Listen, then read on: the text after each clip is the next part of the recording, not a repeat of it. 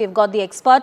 Right now we have Mr. Sushil Pandit, who's a Kashmiri Pandit activist, a very important voice from the Kashmiri Pandit community who have raised the issues pertaining to the kind of activities that were conducted in the valley, the illegal killings that had happened, and more importantly, Yasin Malik and his alleged involvement in multiple murders and cases of arson and looting. Mr. Pandit, thank you so much for speaking with us. Thank you for joining us on Viewpoint tonight. The fact that Yasin Malik's wife has been included in the present government or in the caretaker government of Pakistan, what does it indicate? And she'll be advising the caretaker Prime Minister on human rights. That's rather more interesting, to say the very least. And the fact that she has had no background in human rights activism, she has no papers, no interventions, nothing, no qualifications worth the name to suggest that she could be a Prime Minister's advisor in Pakistan, very clearly shows that the agenda is to dare Indian state. I repeat, it's throwing of a dare to see if no harm is meted to Yasin Malik.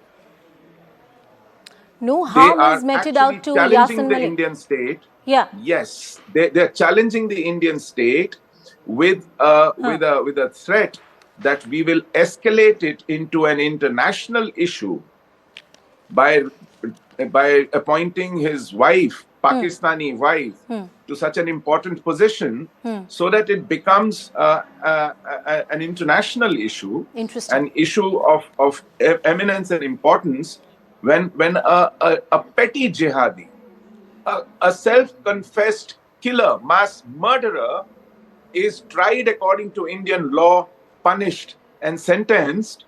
If that is what Indian state does, then Pakistan would escalate it into a human rights issue through his wife, who's no less than an advisor to a caretaker Prime Minister. I take that point. Let me also introduce Mr. Rajiv Dogra, who's the former Indian ambassador, joining us on the broadcast.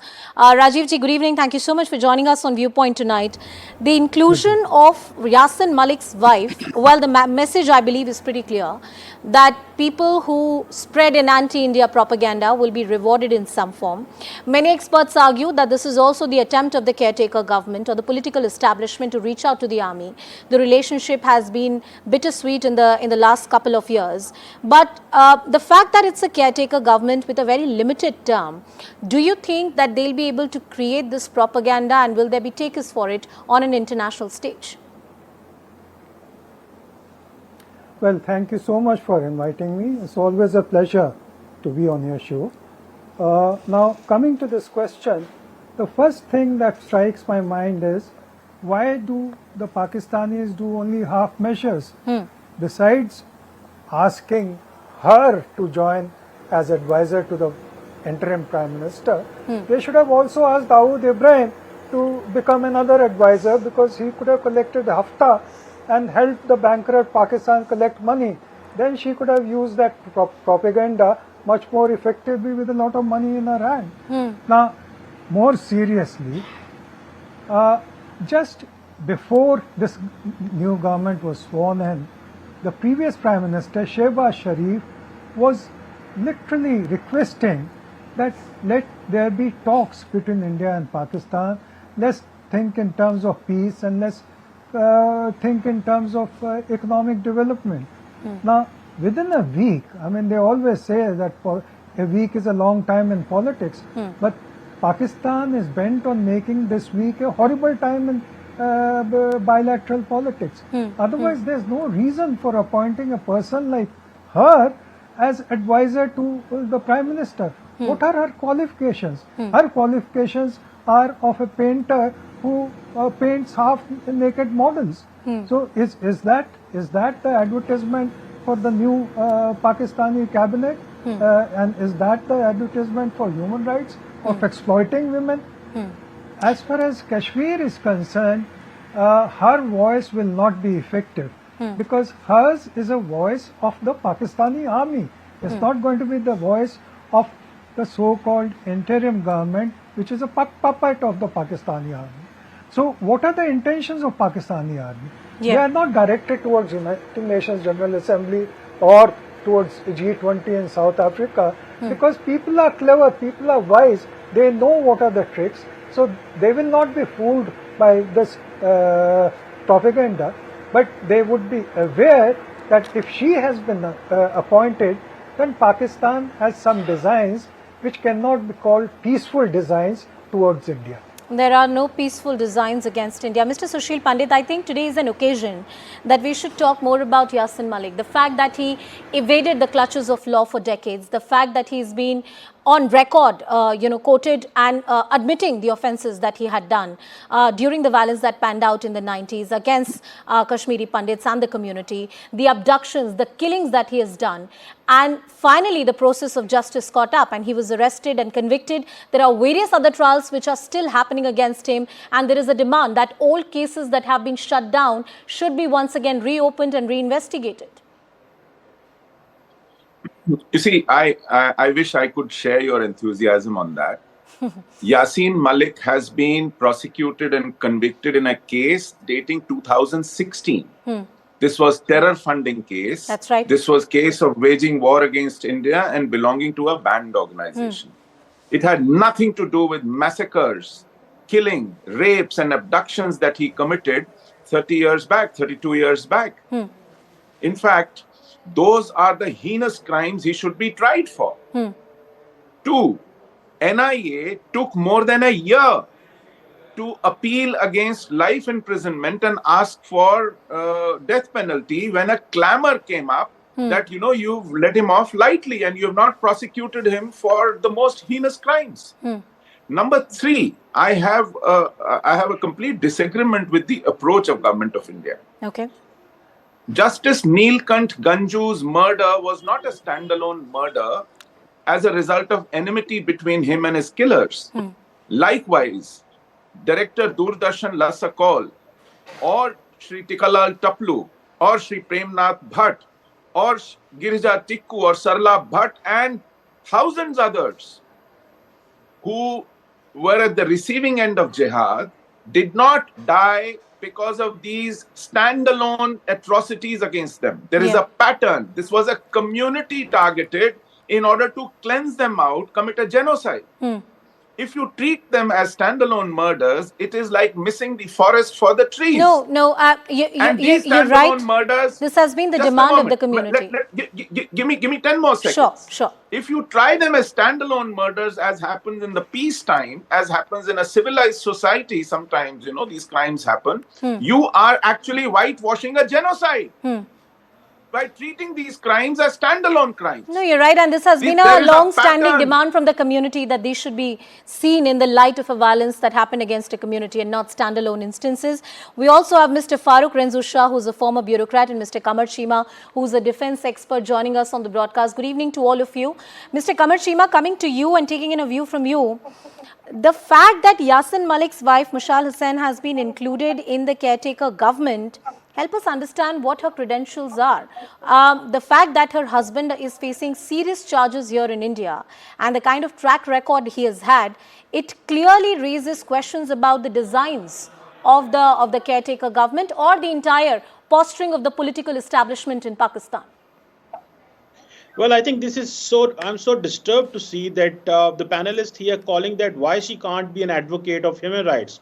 Well, 10 years daughter of Yasin Malik and his wife, they both are asking for respect for Yasin Malik. They're asking that the father and her husband should be given a fair trial. The state of India have put them behind bars because you are powerful. You have made the entire Kashmir a jail. You have put the Kashmiris in jail. You have taken away the fundamental rights and the wife. Let's, Mr. Chima, I'm aware. No. Let's not get provoked into an argument here. Let's address it one by one. Mr. Kamar Chima. That's the only. No, Mr. Kamar Chima. First of all, I don't think any human or legal rights of Yasin Malik have been taken away. He was charged under a certain case. There's a special court that heard his case, convicted him. He has a right to appeal like any other convict in this country. Old cases which the Kashmiri Pandit community are, have been talking about, they have yet not been opened. So I think there is no plausible or substantial argument for you or anybody to argue that his legal rights have been taken away. In fact, the argument is that the process of law took more than 3 to 4 decades to catch up to a criminal like him who had openly admitted to crimes. And the fact that people like you support the likes of Yasin Malik shows that you are clearly supporting criminals and terrorists in this country. Okay, the problem is that the law is not taking the courts in Manipur, in Gujarat and many other cities of provinces of India, but the law is taking Give him some courts only education, in Kashmir, please. Kamar because they Chima, are the Kashmiris and they there don't are have a more right than to 100 live. convictions in We Gujarat. understand. We do understand No. that There You are have- hundreds of one people second, one serving second. sentences in Mr. Gujarat. Kamar Chima, I think when it comes to the internal affairs of Pakistan, there are far more things that I can argue when it comes to Balochistan, when it comes to various other provinces, or the fact that the economy is in a very bad condition right now, in a dire situation right now. Let's not get into the internal matters of each other. Sir, why don't you speak on the merits of the case? Why don't you speak on the merits of the case? What are the credentials of this very respectable woman to be included as an advisor to the caretaker government? Please explain that to me. I think this is not a big deal for the state like India, which calls itself a mother of democracy, asking for a basic fundamental right for its citizens. None of the fundamental right of any convict in this country have ever been taken away, including Ajmal Kasab. All have been accorded a fair trial in this country. Let me also bring in Mr. Farooq Renzu Shah into the discussion. Yeah. Sir, I don't think I'm going to get a direct answer over the credentials or the reasons why Mushal Hussain has been included as an advisor to the caretaker Prime Minister. But it doesn't take too much of grey matter to add 2+2. We all know that this is perhaps a kind of message that the caretaker government is giving to India and also to the army establishment. Yeah, I tell you, this act has now completely exposed the Pakistan fully now. Now, Pakistan has been from 490, from the Ziaul Haq's time. They have created a chaos in our society, in Kashmir society. They brought the Islamic fundamentalism, those streams, 7 streams of Islam which were not existing. This was the Nizam-e-Mustafa type. And rightly, one of the panelists has rightly said, Neelkat Gunju was killed broad daylight. And the political party of that time, ruling class, were against them, let them be killed for 8 hours. Not a single policeman, cop, not a single politician, not a chief minister, not a DG came on spot and to save the dead bodies, even not a live body. Even they could not save the dead body. That was actually Pakistan was the creation of the violence. Now, I remember the same way they are using the Kashmir name. When Chuan Lai met Sheikh Mohammed Abdullah in Algeria, and they had to give our 11,000 square kilometer of Sichuan to Pakistan, to China. They have to give them. They have to give them our Karakoram to give them. They used the name of Kashmiri leader and who has consented it to be gifted to the China. Our Sharai Abrashim was gifted to the China by same Pakistan. Pakistan is responsible for all our violences. Pakistan is responsible for mayhem. Pakistan is responsible for creating that class, which has really. So Mr. Rajiv Dogra, is it fair to conclude that any successive government which is sworn in Pakistan will never have an approach towards India which is about mending ties, restoring peace, resuming dialogue? Because the kind of messaging which is coming in, at least from the caretaker government, it's a completely anti-India position. Yasin Malik is a convict in this country. To have his wife appointed as an advisor on human rights, and with due respect, she has no credentials on being appointed as an advisor for human rights. I mean, I would have understood had she had a background, she was running an NGO or certain other activities. It's a clear anti-India message. I'll come to you, Mr. Kamar Chima, on that. Mr. Dogra, please. Well, you are right, absolutely. You are right, absolutely right. that one cannot depend on Pakistani establishment or its governments to act in a manner that promotes peace and amity between our two countries. But I must make a slight correction. Sure. The previous governments, whether of Benazir Bhutto, Nawaz Sharif or Shehbaz Sharif recently, they had at least tried in the beginning to take some steps which could have led to a dialogue. Not exactly peace, but led to a dialogue. Because even during their times, a large amount of terror had taken place and large amount of anti-India activities had taken place. But after those initial steps, they also fell into the same pattern that army dictates relationship with India. But this government, this new government, has exceeded all the expectations that anyone had, that this government will take some time at least to come to the army's track. This government has hit the ground running with a totally anti-India agenda by appointing Mushal Hussain.